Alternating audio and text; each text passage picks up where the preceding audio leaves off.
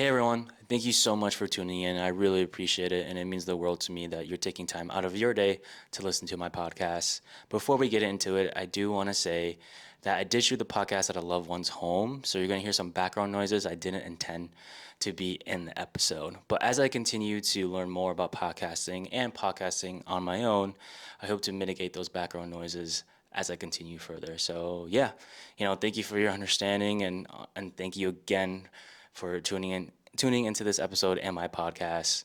Hope you guys enjoy. See ya. Yeah, it's like the 1% better, even 0.5% better. As long as you're kind of taking accountability and kind of improving yourself, dude, who can tell you that you're not doing the right thing? Right. There's no one that can tell you that you're not doing the right thing. Hi everyone. Welcome to the Highest Version podcast, where you get to listen in on conversations with my close friends and family to basically learn how they fall in love with the process of getting better every day and becoming the highest version of themselves. Today's guest is Aglugub. He started out his career in the Air Force, receiving high accolades for just his high performance of who he is. And after the Air Force, he went to USC and graduated with a Master's of Business for Veterans. And after his time of graduation, he is now working consulting for a Big Four accounting firm company.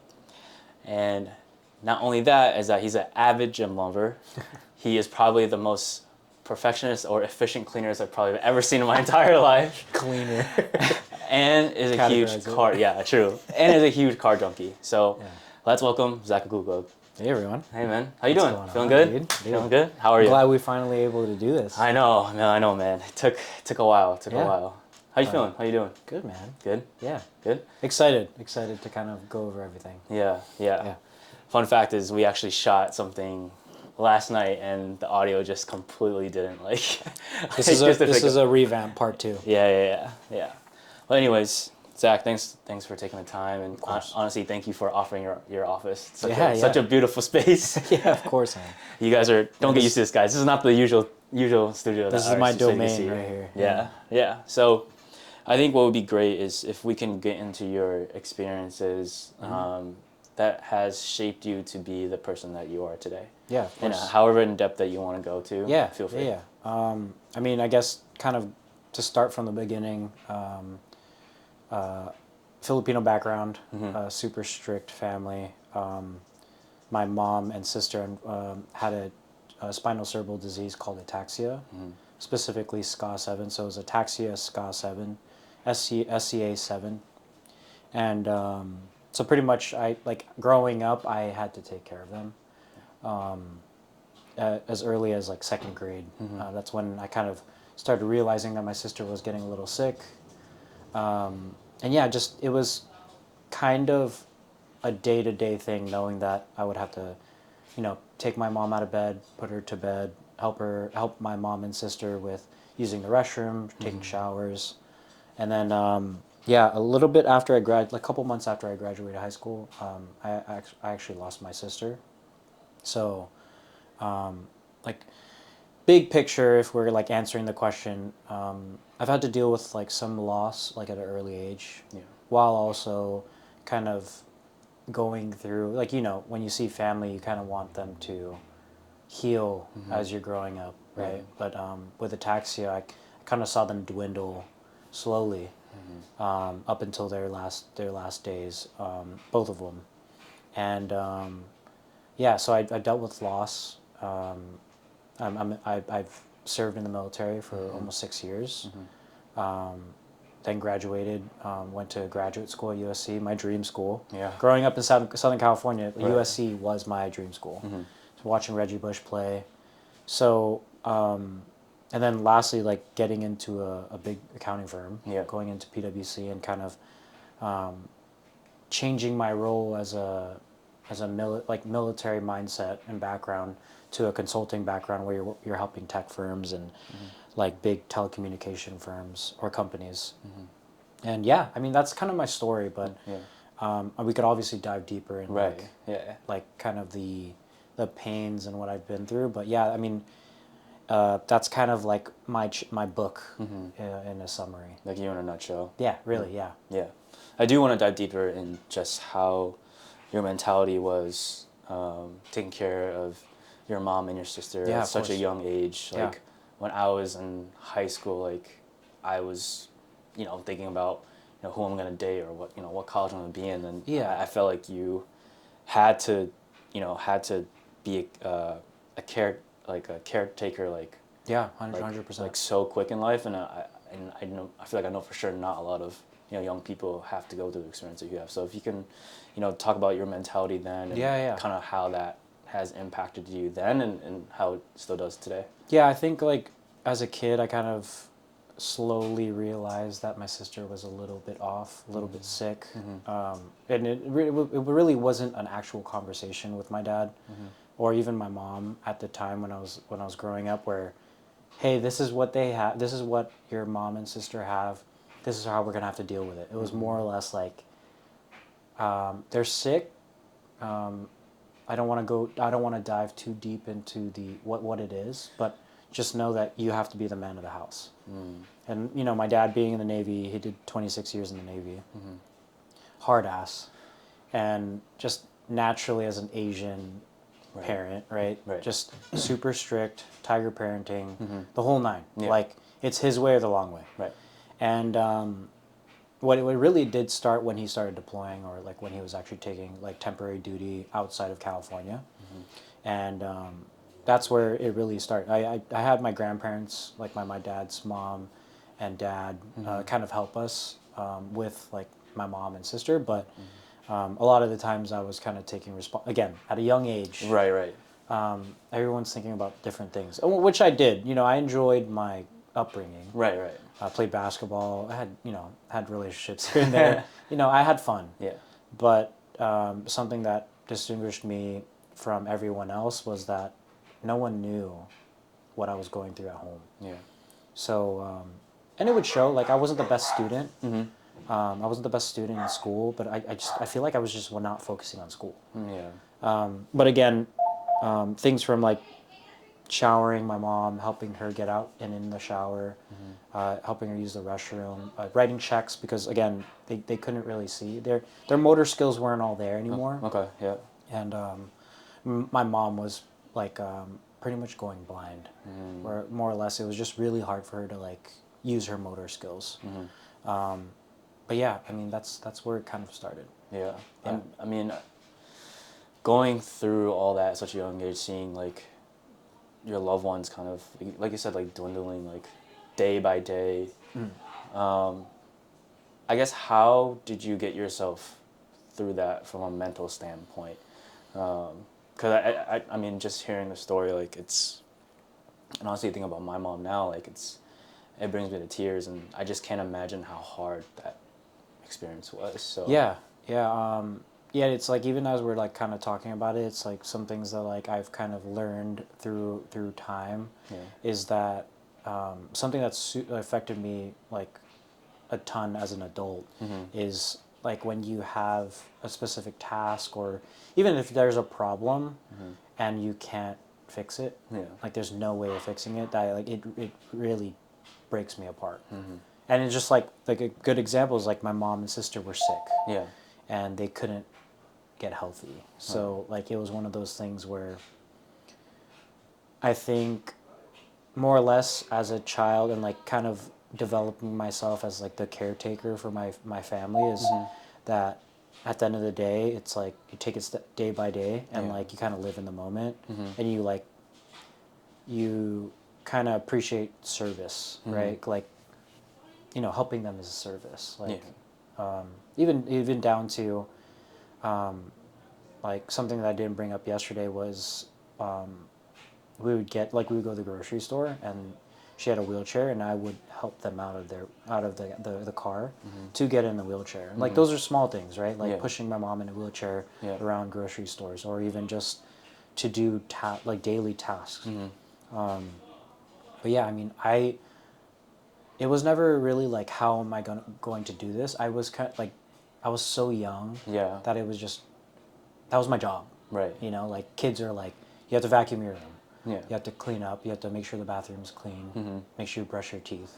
Like I had to do all those things on top of making sure a sick mom and sister were safe, were taken care of. You know what I mean? Yeah. And it's a lot, you know, as a kid. Yeah. It's a lot. Yeah, of course. So how is that, I guess, how is that loss, how are you dealing with that loss now? Like, are you at a point where you have a better relationship with it, or is it something that you're kind of still working through, which is obviously like completely okay? Yeah. I mean, this is the whole reason behind this, right? I mean, it's almost been, well, for my sister, it's been about 10 years, and my mom about 8. So it's still a battle I kind of have to hurdle over every now and then. You know, I think it's trauma too, because I have family. Like, kind of, to take a step back, my entire family and my mom's side have it. Every female. So my mom's side, every female. I had twin cousins that have it. One unfortunately passed a couple of years ago. I'm sorry. My aunt has it. My grandma had it. Of course, my mom had it. So all the females. So you kind of like relive that, right? Yeah. You kind of relive it every time you see them, you know, because they're again, their motor skills are kind of they're very how do you say it, similar. Right. The way they talk, it's very slurred, and it's hard. Like, and you know, like the last thing I want to say is, like, it's hard to see my aunt because I see my mom, I see my sister in her. Yeah. But it's like, again, it's trauma that I kind of haven't really like found. I haven't found peace because it's just one of those things. I wish they were here longer. Yeah. And you just course. kind of ask yourself. I have a Bible quote on my chest that says, "Trust in the Lord with all your heart, and lean not on your own understanding." Something I dealt with like a lot in my past was like blaming God, or whoever you may believe, like, but me specifically blaming God that, like, why didn't you get me sick? Like, why did you make them sick and not someone else? And it takes a lot from me because I'm healthy. Right. You know. Right. And I kind of live through them, for them, right? Yeah. So that's why I kind of like work my tail off every single day to make sure that, you know, I'm living for them and their legacy. Because I'm sure, man, if they were still here today, it would be a completely different story. Like, I would be a different human being. But again, everything that I've been through attests to the hard work and everything, all achievements I've got in my life, you know? Right. Yeah. Do you think, because I know you said, like, oh, like, God, like, why didn't you, like, give me the sickness too, or that? Do you think that is, like, kind of similar to, like, survivor's guilt in a way? 100%. Yeah, I could definitely see that. Yeah, and you know, like, you think you kind of not get over it, but you kind of cope. Right. You're like, you're getting stronger every day, but like, even with my sister, it was hard because it you press the restart button when it happened to my mom, you know, and just like to take a step back, really just take a step back and kind of experience in your own way how she kind of lived her life. And like, mid-30s, right? That's 5 years for me. Like, in 6 years I'll be mid-30s. Yeah. And to think that everything could be taken away, health-wise, Right. could be taken away, and just life is just flipped upside down. And you know, like, how can you, if you've never experienced life, how can you experience life? Right. And yeah, I think that's like the hardest part for me. It's just obviously, like, I want to be a pillar for Ataxia. I want people to reach out, you know, if they have questions, if their family's going through it, or if they're going through it. But at the same time, it's the coping mechanism is very hard because you're right. Like, the guilt is like always there, even though it wasn't in my hands. Yeah. It's always going to be there because I was the only one that was healthy. Right. Other than my dad, but yeah. Right. Yeah. Yeah. I mean, just having that as like an 18-year-old, like that's just so insane to me to think that, like, you're just, I don't know, man. It's just like every time you talk to me about it, like, it just like what you've been through and like how you're able to like be the person that you are today is just like so inspirational and courageous. And like, I know you said you're still working through it, which is great. But I know you mentioned that you said the females in your family have it, is it possible for males genetically in your family to get it as well? I'm not sure if that's a dumb question. No, it's not. It's not. It's hence the big reason. I mean, we'll go into my tattoo, but kind of like what I was explained by the doctors, the neurologists at UC Irvine. They kind of explained like what ataxia is, how it's kind of set, how the gene kind of mutates in the next generation, and in this case, in my family, it was just the females that were affected. And as the generations got older, as the generations passed, from my grandma to my mom and my aunt, to now my cousins and my sister, it got stronger, and it kind of came earlier in life. So where my mom got it late 30s, right? My grandma got it 50s, 60s. My sister got it in their teens. My cousins got it in their teens, like right when they started college. My cousins were on the color team. They were divers. They were on the swim team, so they were athletic. Yeah. My sister was never like super athletic, but she would always be outside with me playing basketball. But yeah, they just unfortunately got it at an early age, and kind of with that, even if it was a female and male, specifically in my family's case, I should have got it in my teens. Yeah. Because the gene mutates. Right. And it gets stronger. And they the doctor kind of put the family tree up, and they're like, yeah, you should have had it in your teens. And kind of like wiped a ton of my anxiety. I mean, I'm 29 now. Yeah. And like kind of going through the concept of anxiety. Yeah. No. On top of the guilt that I kind of carried my entire life. The anxiety of like every day, even if I tripped, I'd be like, is that ataxia? And I would always second guess like everything. Yeah. Like, why is my eyes blurry? Because you just woke up. But no, me, like I'm thinking, oh no, it's because I have ataxia. There's something wrong with me. And having to live with that anxiety all my life, it's just something I never really talked about. Yeah. Even in the military, Right. like my whole entire life. Yeah. So, yeah, to kind of like really dive deep into it, like I kind of started with a lot of fear and anxiety. Fear and anxiety with my life. Like even though I was like kind of living my life as a kid, playing basketball, it was always something that like there was something wrong. Yeah. And unfortunately, like you can't really change that because that's the life I kind of. How else are you supposed to deal with it? Right. Right. You know. Without going to the doctor and right. And then I wasn't ready. I don't even like if you told me 10 years ago like your 29-year-old self went and got tested and you don't have it, I'd be like, no, it's bullshit. I would probably I wouldn't be mentally ready. I kind of took that step to get tested when Chris and I got married, and kind of like we want to start our own family, and when it was like actually serious, like if we're actually going to try, I want to make sure things are done correctly. And it's not that I wouldn't want to bring a kid here with ataxia, but it's one of those things I've dealt with it.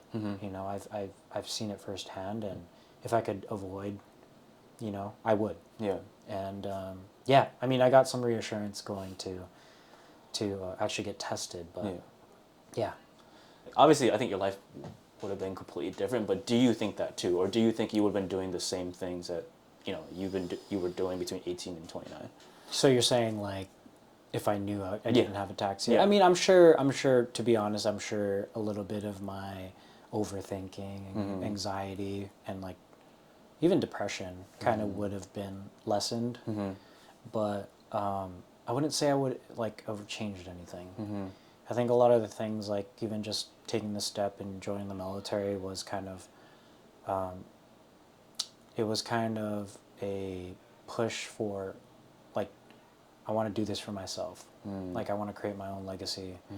I want to do this on my own, and I kind of want to take my morals and ethics that I saw growing up from my dad and my mom, and kind of take what I want and then prepare it for my family.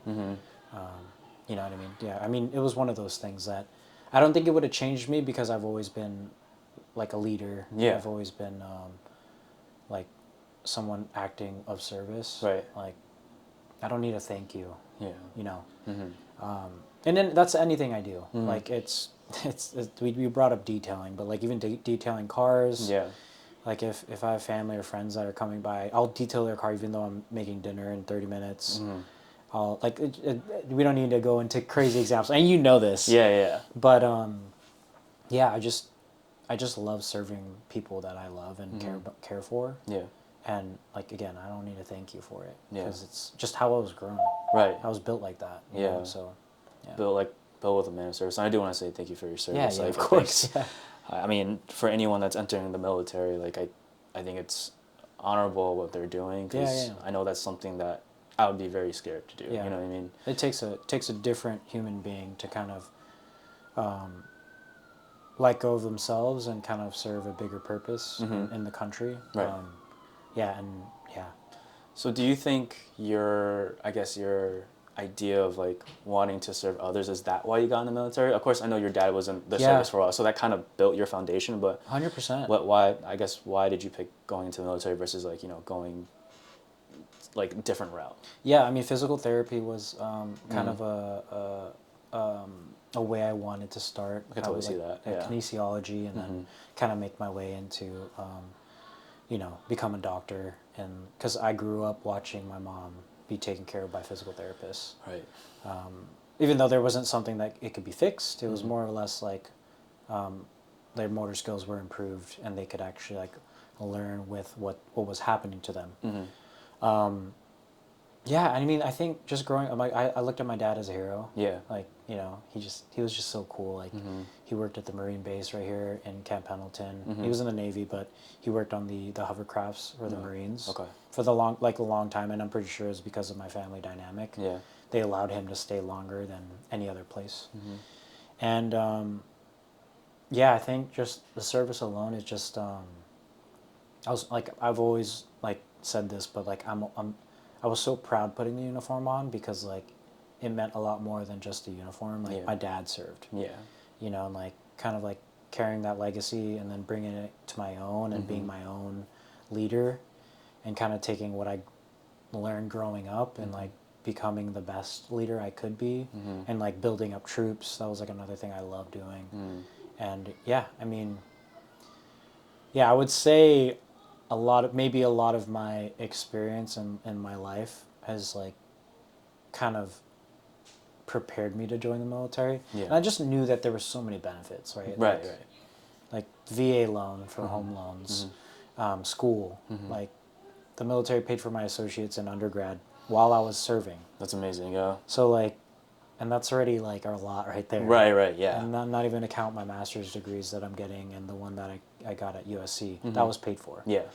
And yeah, I mean, there were so many benefits in my eyes, and it was kind of as an adult, it was kind of my decision to be like, this is what I want to do. This is what I want to do. Yeah. And I know I'll be able to support my wife, my at the time girlfriend, but I know I'll be able to support both of us. I know I'll be able to focus on school, and just kind of build myself in a career that I wanted to be in. Right.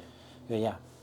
I think it's so amazing that at that time, just, with everything that you're going through, you still decided to do something for yourself. Yeah. Because when I was 18, I didn't really do things for myself. Like I'm like a people pleaser.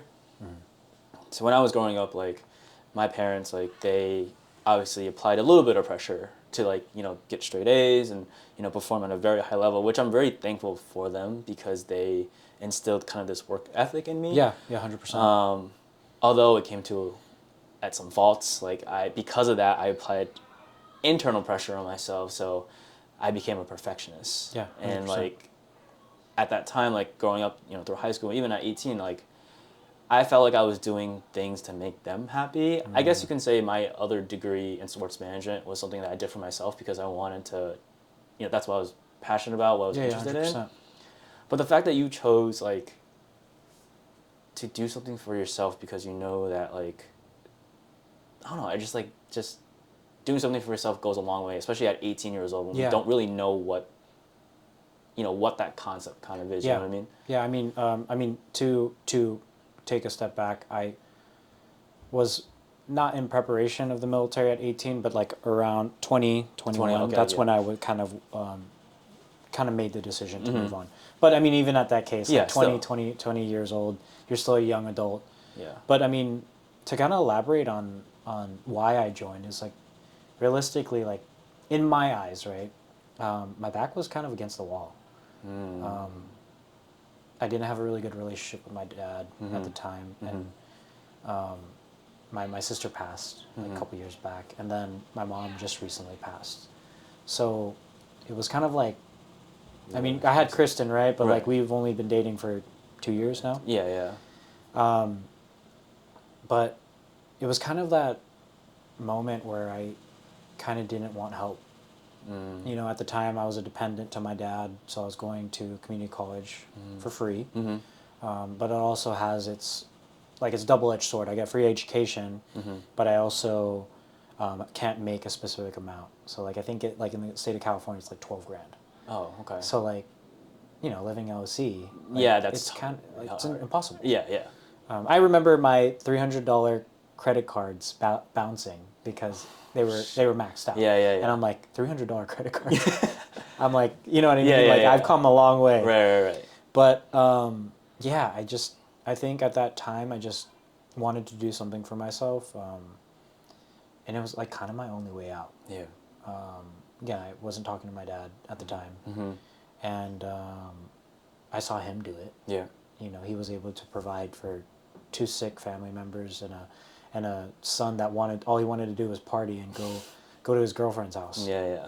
But yeah, I mean that's kind of where it started. Yeah. I was gonna say probably one of the sexiest Tumblr guys you'll probably find. We looked at some old photos. Like, he showed me the old photos. I was like, they're deleted. All right, they're deleted. When I separated out of the military, I made sure all those were deleted because all they had to do was look up Zachary Aglugub and they would find it. So yeah, I made sure those were gone. Yeah. 100%. Yeah. Not to sway. We don't talk about those anymore. Yeah. Not to sway it in that way, but no, yeah, like so I had to bring it up. No, I love that. Because that was like one of the first things that was mentioned to me when I first like met you. You know what I mean? They were like, I was an F boy. Yeah. I thought I had it, but I definitely. Nah, you had it. Yeah.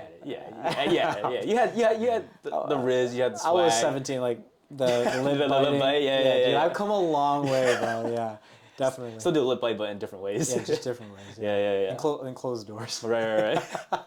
So I do, before we move on to your experience in the Air Force, I do want to go back to your mom and your sister. Yeah. I know recently you got a tattoo of your mom, and you know, it's honestly a really sick tattoo. Like, yeah, thanks. If we could just dive into like the symbolism behind it, that'd be great. Yeah, definitely. I mean, you could prop up a photo of the actual tattoo later, but yeah. So essentially, it's a Trojan warrior, kind of to pay homage to my graduate school at USC, and then kind of like what the Trojan warrior kind of resembles is my time in service and kind of becoming a warrior in my own eyes.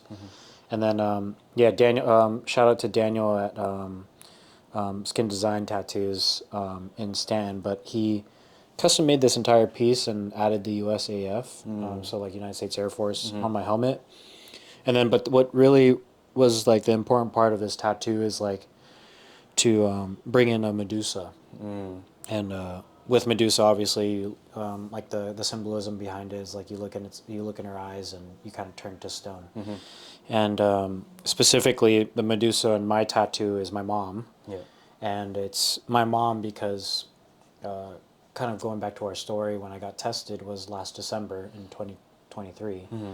I finally took the step and got tested, and like all this anxiety and all this tension that I had in me about, you know, not knowing where I was going in life, if I had it or not, or if I carried it. And, you know, I looked at Ataxia in its eyes and there was nothing. Yeah. And like, that's why she kind of symbolizes that and I kind of carry that with me, and she's so close to me, right? She's on my bicep. But I kind of carry big bicep. Yeah. Sorry. All right. I kind of carry that with me in everything I do. Is it might be scary, but just look at it in its eyes, and it's not that bad. Yeah. And if it is bad, you kind of you pivot. And yeah, so she resembles all of my darkest pain, and that I finally looked at it as an adult, and I kind of got my answers and what I wanted. Yeah. I just think like, see, I didn't know what that symbolism was. I thought it was like a picture of your mom, which obviously like is very dear to your heart. But the fact that the symbolism behind it, I think it honestly just blows my mind on how great of a symbol that is for you, and how you're gonna carry that with your life moving forward. I honestly knew I was gonna get something for my mom and my sister, and I plan to still do something for my sister. It's almost done. I still have like maybe 1 or 2 sessions to do with like some whites and some shadows, but I knew it was gonna be something special. I just didn't know what it was yet. Right. And it's kind of like a part of me, like kind of finding my ways of healing. Yeah. This thing hurt. Yeah, dude, I've heard getting tattoos, and I mean that's a lot of shading and all that stuff. I think we did over 50 hours of work. 50 hours. Yeah, with consulting and then just actual work on my skin. But yeah, it kind of goes all the way around. But yeah, it's a work of art. Yeah, I mean she's beautifully portrayed, man. Yeah, thank you.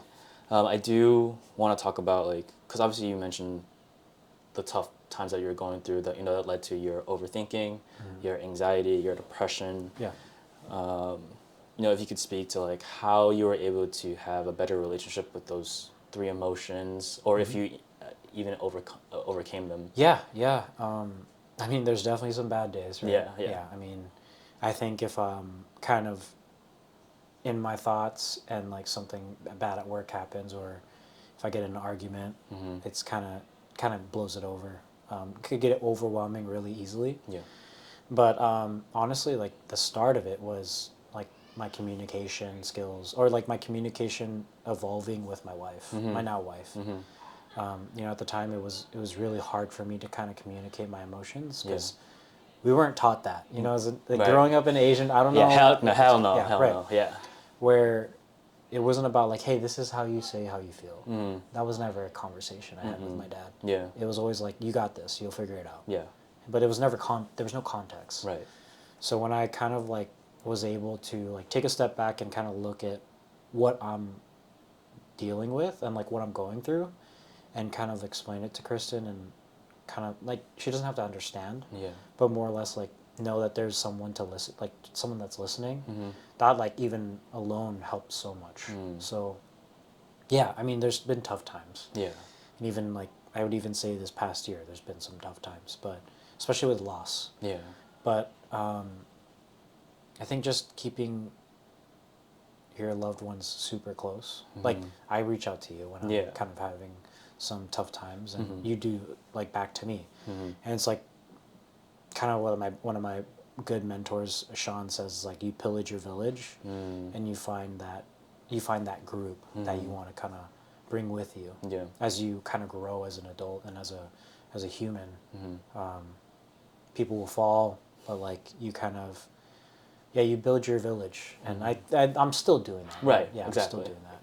Yeah, I think having Kristen, who's your partner, your wife, and like those loved ones can go a long way, because it's just like having that support system. Yeah. And I know you mentioned like, there's a time that you weren't communicating, and that you felt like, you were alone, and that kind of led to that depression. Yeah, 100%. That you were talking about earlier. And when I was going through depression, that was the same thought that I was going through. Like I felt like I was alone, and that like I had this identity of myself of what it is to be a good person, and then events happened in my life where I made decisions that didn't agree with that identity. Right. And then because of those decisions that I made that were, in my eyes, quote unquote, bad, and like other people's opinions were weighing in and stuff like that, where it felt like I was being like criticized and all that stuff. But either way, at the end of it, I felt like I was alone, and that alone thought just kept rolling, and to the point where I even felt like I wanted to leave this world. And then like you said, like growing up in an Asian household, especially as men like me, like 100%. like the only solution for you to do is like suck it up and get through it. Figure it out. Like there's no like why are you gonna express your feelings like Here's a cupcake. exactly yeah, Yeah. you're giving people a like you're showing people your weakness, right? Yeah, that's 100%. how we were raised. Yeah. But now like obviously going through our experiences and like experiencing what it's like to talk to loved ones or even our support system, like that just goes a long way and like really helps in dealing with our own like traumas and our demons. Yeah, 100%. Yeah. Yeah, definitely. I think I want to dive more into your experience in the Air Force and like how that has shaped you. Yeah. In the man that you are now. Yeah. I think part of that is your perfectionism mannerisms, but if you wanna dive into that, that'd be great. Yeah, I guess serving. I mean, I think I've always been like I paid way too much attention to small things, but I mean, I think it kind of grew larger when I joined the military and like white glove inspections. Like when I went through basic training, they would have a white glove and they like make sure there's no dust. And it's definitely carried over to who I am now, right? Like he brought up I'm a clean freak. Yeah, not a clean freak. One of the best cleaners I've ever seen. I could clean a lot of things. Yeah, I just think I don't know. It's just like my attention to detail is like super. I don't know if it's because like when we were like preparing our uniforms, whatever it was. Yeah. I think like just in everything, and it kind of like is again a double-edged sword, because I always double check things, triple check, quadruple check. Right. But it kind of reassures me that I'm doing things right. Yeah. Yeah, I'm just it's kind of carried over to the gym. Right. Kind of like my daily habits. Just making sure everything's like in line. Just so I don't have to worry about it later. Right. Yeah, true.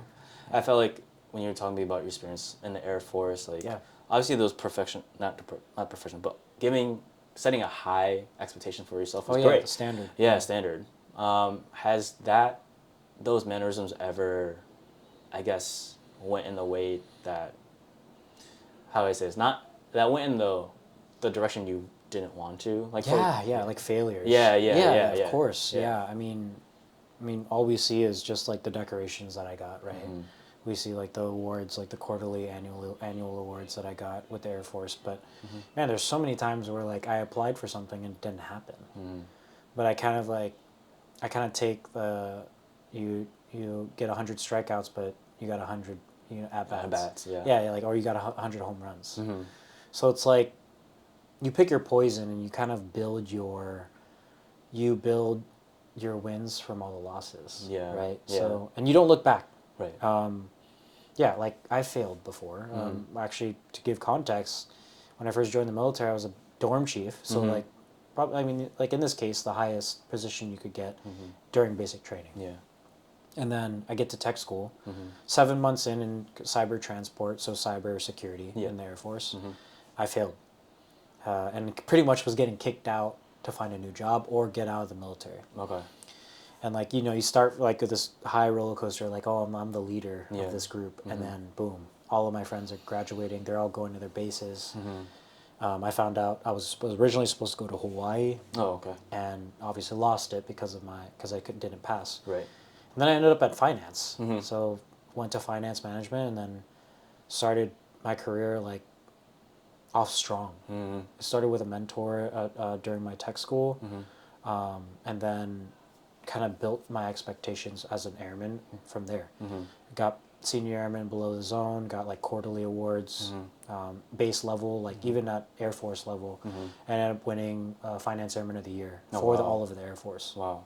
At 1 year. Yeah. And then, made staff sergeant the first time, and then deployed, and then made my way to LA Air Force Base. So I started in New Jersey, technically, and then finished my last 2.5 years in LA. Gotcha. Okay. Yeah. I mean, just all the achievements you have, all decorations. It's inspirational, man. I mean, I'm just in your office, like looking at all this stuff. Like, I'm like working in here, and I'm just like, dang, like, it's motivating to like just be surrounded by it. Yeah, I mean, it's just they're awards, right? But I kind of like look at it as like a picture, like an experience. Like I remember, like when I was going through my annual awards, my at the time Master Sergeant Smith like another huge mentor of mine, and I even to this day I like look up to him. Mm-hmm. But I remember him kind of explaining to me like, you're gonna have to go in there with full confidence, and like I always thought I was like I had it. Yeah. But he kind of had to like humble me, like, no, you're going up against guys, like all you do is run numbers and help the base with finance, but these guys that you're going up against are guarding the base. They're flying aircrafts. They're maintaining deployed locations. How do you beat them? And like kind of had to like, again, it's like when you're in doubt. Yeah. It was kind of the like, hey, you worked hard this year, but if you don't get it, you need to be proud of yourself because you're going up against giants. Yeah. Yeah. And yeah, I'll never forget that. And kind of like, again, he also humbled me saying that like, take your win, but like, no, you got to keep working. So that's kind of like where I roll now. Like, yeah, of course, I'm very proud of everything I've achieved, but at the same time, like, Kobe, job's not over, you know? Yeah. It's not over. Yeah. I know you mentioned you were a basketball guy. You were on a basketball team. Yeah, man, I just feel like you just embody Mamba mentality. Oh, yeah, and 100%. Yeah.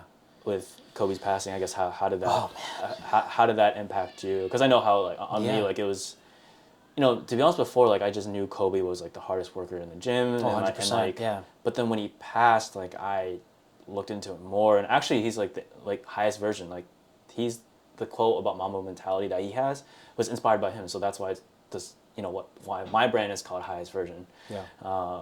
Yeah. So how did his passing impact you? Yeah, I also to Mamba, I have a black Mamba on the top. Yeah, to kind of like commemorate him and kind of like my first like true like hero growing up. Yeah. Had a big poster, probably like the size of this wall. Dang. Like to like the quarter of this wall. It was a big poster of him dunking. And yeah, I remember where I was. I was deployed at the time. I was in Qatar. Doing some paying agent missions, and yeah, like it was kind of like a surreal moment because someone like Kobe you wouldn't think could pass away. Yeah, so soon. Yeah, and like, kind of like to see him like become like this obsessed basketball player, and then kind of transition as like the father figure, and then a coach, and then like a parent, like a human. Yeah. Exactly. Like, you know, you see like his Mamba look, like the overbite, and like ready to kill someone on the court, but like you kind of take a step back, like he's a human being. Yeah. So it's like you could thrive for perfection, right? You could do everything you can, but like at the end of the day, what's most important is the people in front of you, your family. Yeah. And yeah, it was really tough for me. I was deployed, and Kristen, at the time my fiance, texted me saying that like he passed, and I was like, yeah, you're like, joking. Yeah. Don't like, what are you talking about? And she ended up sending me the link, and yeah, dude, I remember I was just lost for words. Yeah, sad, super sad. Yeah, I remember my knees getting weak because I know the first article I saw was by TMZ, and I'm like, you know, TMZ would be saying saying That's what I think she sent me that one as well. Yeah, and I was like, there's no way, but yeah, no, I think what he represented really instilled in me, and I know it has instilled in you. 100%, yeah. And like, I do want to say like it's just like, dude, you're just a natural born leader, and how man, I like appreciate it. just being obviously not only your accomplishments but being around you. Like we went to the gym like 5 straight days. Like this dude killed me, but I mean that's why he looks so good and he's big like that. No, there's bigger guys in this world, man. I gotta hide my sleeves. They're gonna be judging me. No, but like just like how you're like one more or like getting 1% better every day through our talks. Like, How are you getting better every day? Not only as a husband, like you have your dog Bo who you love, who's like your first son, like how you treat him and how you carry yourself is just very inspirational to me. And like I know I keep that in mind when I'm like, okay, like what can I do to get better? Like how do I use this minute, this second to you know, just go in the direction that I want to, how I want to build this life. So I mean, I'm just a little bit of giving your flowers there. Yeah, I think it's like an over obsession of consistency. Yeah. It messes me up sometimes, but it kind of keeps me sane, man. Yeah. Like, I just know if I'm training every day, like yes, so there's a concept of overtraining, but like I try to keep myself busy. Yeah. If I'm not doing that, I'm going for a walk with Bo. Kind of stay moving. Yeah. And I kind of use that motivation to kind of relive for my mom and for my sister. Yeah. You know, and I keep that very, very close. And it's easy now. Yeah. She's literally right here. Right there, yeah. And yeah, it's like the 1% better, even 0.5% better. As long as you're kind of taking accountability and kind of improving yourself, dude, who can tell you that you're not doing the right thing? Right. There's no one that can tell you that you're not doing the right thing, because no one knows what's important to you other than yourself. Yeah. And if you're attacking that every single day, no one could second guess you. Yeah. Yeah. I mean, inspirational words, man. That's great. That's great. Yeah. So I want to dive a little bit just about who, like your personality, who you are as a person. Here we are. I think something I want to mention is that at a point of your time, like you had your own brand called Legacy Lab. Yeah. If you want to go into like, why you built that brand and what it stands for. Yeah, awesome. Yeah. So Legacy Lab was super like, how do you say this? It was organic. It's kind of like, I loved working on cars, and I kind of got obsessed with it during COVID, because I was still in New Jersey. I was stationed in New Jersey, and me and all my buddies would just wash cars. But I like knew how to like detail. Yeah. But I didn't know like all like the, to really dive deep into it, like paint correction, like compound and polishing and ceramic coating. I didn't learn all that till I moved here. And yeah, my buddy Tim kind of propped up, and Tyler kind of propped up the original Legacy Lab logo. Kind of ran with it. Yeah. And kind of what Legacy Lab, long term, I would love, like a perfect world, I would love to be like a multi-purpose, like industrial building with a gym, with a detail shop, or even just like a tool area where you can work on your car with a lift. But it's just, yeah, Legacy Lab is kind of like everything I love in a bottle. Yeah. And like, again, it really did start off, like Legacy Lab started off as just me wanting to work on cars with loved ones and friends, and just like to be a lab where we could all connect, have a beer, and just like talk about cars. Right. Yeah. I grew up loving cars, so it's my like safe place. Yeah. Yeah. You could see me in the garage every night if I could. For sure. If Kristen's not nagging me. I mean, I feel like it's just, I'm just envisioning that warehouse, and it'd be so cool. Like you're just like repping like 315, and you're like, all right, paint correction. I don't rep. I do not bench press 315.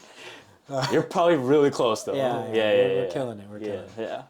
Yeah. So Zach, I think, I mean, I can honestly talk to you for hours. Honestly, we do. Unfortunately, I have a flight to catch. Yeah. going back to Boston. We actually got it in though. Yeah, I'm glad we did. No, I'm glad we did too. But before we leave, I want to give you some more flowers, and then ask the big three, as in like the big three questions. Of course, yeah. So when I first met you, I know that I was walking into basically a house all by myself with my partner Michelle. Her sisters. By the way, she has 6 sisters, so there's seven of them in total. Girls, yeah. Not only that, significant others too. Yeah. So I had to go in all by myself. I mean, I could have stayed at the airport. She always says this, but I decided to go in by myself because I did know a few sisters before that family trip. Yeah. And I remember the first thing that happened, I will never forget it, is that I was like, I'm just gonna get ready, get settled down. I don't know why I took off my sock, but I did. And this dude is like, dang, you got a big ass toe. And I'm like, what? Like, what am I supposed to say to that? I don't think I even dabbed you up. Yeah, no. You got a big toe. And I was like, what am I supposed to say to that? Yeah, I honestly don't know why it was like the first thing, but yeah. I think it's like my coping mechanism of like kind of making things, like warming up the room. But yeah, I mean, I was already kind of warmed up to who you were already with Michelle. And, I've always been super like the big brother to Michelle. Yeah. And like I've always had a lot of security for her because she was kind of the first sister I got really close to. Right. And kind of got to know. And I mean, dude, what year now? Like 5 years. And, yeah, dude. And like 5.5 years. Yeah, dude, it's been some time. It has. It doesn't feel like very long. No. Yeah. But like I think we just naturally gravitated towards each other because 100%. we're both kind of like want to take that leadership role, want to get better every day. Sports. And sports too, I finally talked to somebody about basketball.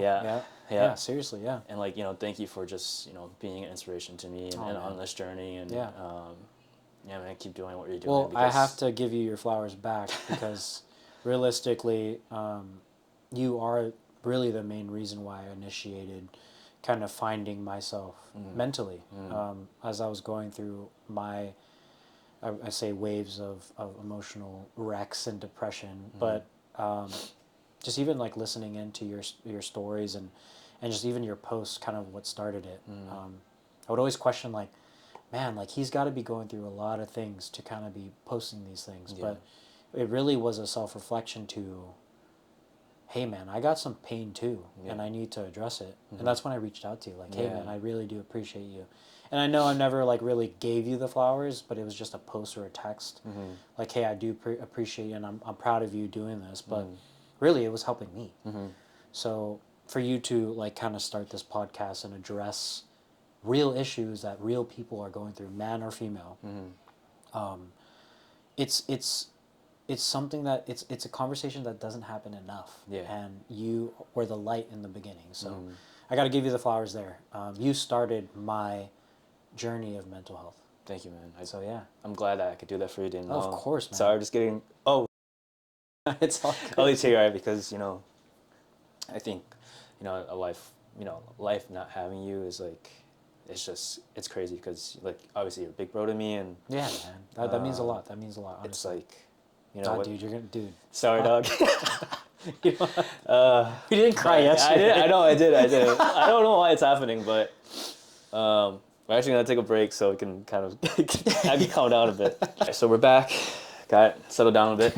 All right, Zach. I do want to ask my big three questions. I call it the big three because I feel like there are three questions that I feel like could leave an impact on our viewers. Yeah, for sure. So the first one is, what does becoming the highest version of yourself mean to you, and how are you doing that today? Yeah, I think like what we were talking about earlier is just you attack the day by day. You don't look too much in the future, and you kind of live in the present, and then kind of addressing your everyday. You're attacking everything the best way you can. That's the gym. Yeah. If that's at work, if it's during school, however you want to look at it, it's kind of attacking the day, kind of reassuring yourself that you did your best job, and if something doesn't go your way, you did you don't have to look back. It's kind of the reassurance that you don't have to question yourself. Yeah. Like, why isn't this happening for me? You know what I mean? Right. But I think that's how I'm addressing it every day for sure. Gotcha. Okay. My second question revolves around, if you were to come across someone that had the same journey as you, it's kind of like similar experience, stuff like that. Yeah. What would be the messages that you would give to them? Yeah, man. I mean, I'll kind of break it down into different experiences in my life. I would say with loss, I would kind of start with, one, it's like, it's okay to cry. Yeah. Right? Like, it's okay to be upset. It's kind of, it's 100% okay to miss them. Because even, like, it's been 10 years, 8 years and 10 years, and I still miss them. Yeah. I can still hear their voice.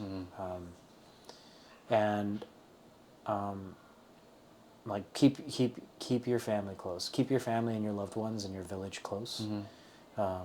Because you'll need to you're gonna need to rely on them at some point in your life, and if it's loss, if it's hard times or hardship, you're gonna need to rely on them. Yeah. I would start there, and even a battle I haven't attacked yet is seeking therapy is step one. But like find your different avenues. If it's your wife, if it's someone like you, I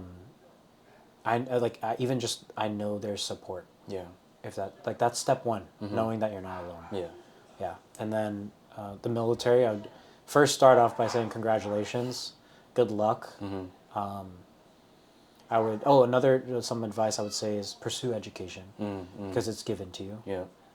If you don't use it, it'll be lost. And just I have a very soft spot for military members, no matter what branch. I know there's like a, if you're a Marine Corps, Army, Oh yeah, whatever yeah, it I've is, seen there's, those. Yeah. there's different, love for different brands. Like they call the Air Force Chair Force, as we're sitting on a chair. But yeah, I would say keep your head on a swivel and enjoy the ride. Yeah, find yourself. Yeah. 100%. A lot of military members join the military to find themselves. So, and then as you're transitioning out of the military, I'll say that's my last one, is network. Like, find your village, build that network, and kind of run with it. Yeah. I've always like kind of bred that it's not what you know, it's who you know. If you could have all the talent in the world, and if you don't know the right person, you might not have the opportunity. So yeah, I mean, those are kind of the big three ones that I would say. Beautifully said. Yeah. And my last question is, if you could connect me with someone that you think would be great on this podcast, who would that one person be? One person, yeah. I mean, if I had to really combine one person, it would probably be Ricky. He's a mentor of mine. He was industry Big Four for I think 12 years, and then kind of transitioned and now works for Fox Corp. Yeah, I mean, I only say Ricky because I've never met somebody so involved in wanting other people to succeed. I've never seen somebody so invested. Yeah, there you go. Yeah. Invested, even not just me, because I know Kristen doesn't see him as a mentor, but he just wants Mark Design Co. to win. Yeah. He wants me to win. He wants me to be like happy. He wants me to find the culture I want. And yeah, he's dealt with some loss, and it would be interesting to see how he's kind of coped with it. He has kids, he has a wife, beautiful family. I honestly look at them as my own family. They've cared about me without realizing that I had people that cared about me. So yeah, he would be an amazing recommendation. So maybe when you're back in California, definitely make it I could happen. force him to come in. And he would love to. He would love to. Yeah. No, that's awesome. Well, Zach, thank you for sharing your story. I think it's such an inspirational story, and a lot of people can resonate with you. And hope to do more. Yeah, man. Oh, yeah. This isn't the only episode that we're gonna do. I Yeah, really for sure. hope so. Every time I come back, we'll definitely do. We have to do it in your headquarters next. In my headquarters, back in Massachusetts, or we'll be here. Oh, yeah. We'll try. I'm trying to get this guy to move to California. We'll see. All right. Well, Zach, thank you again, and love you, bro. Love you too, man. Still emotional from earlier. All right, dude. You got me there, dude. Yeah. You got me. All right, everyone. Thank you for tuning in. Please share any parts of this video that you felt like resonated with you. Like it, subscribe to the channel, and let's fall in love with the process of getting better every day and become the highest version of ourselves. Thank you, guys.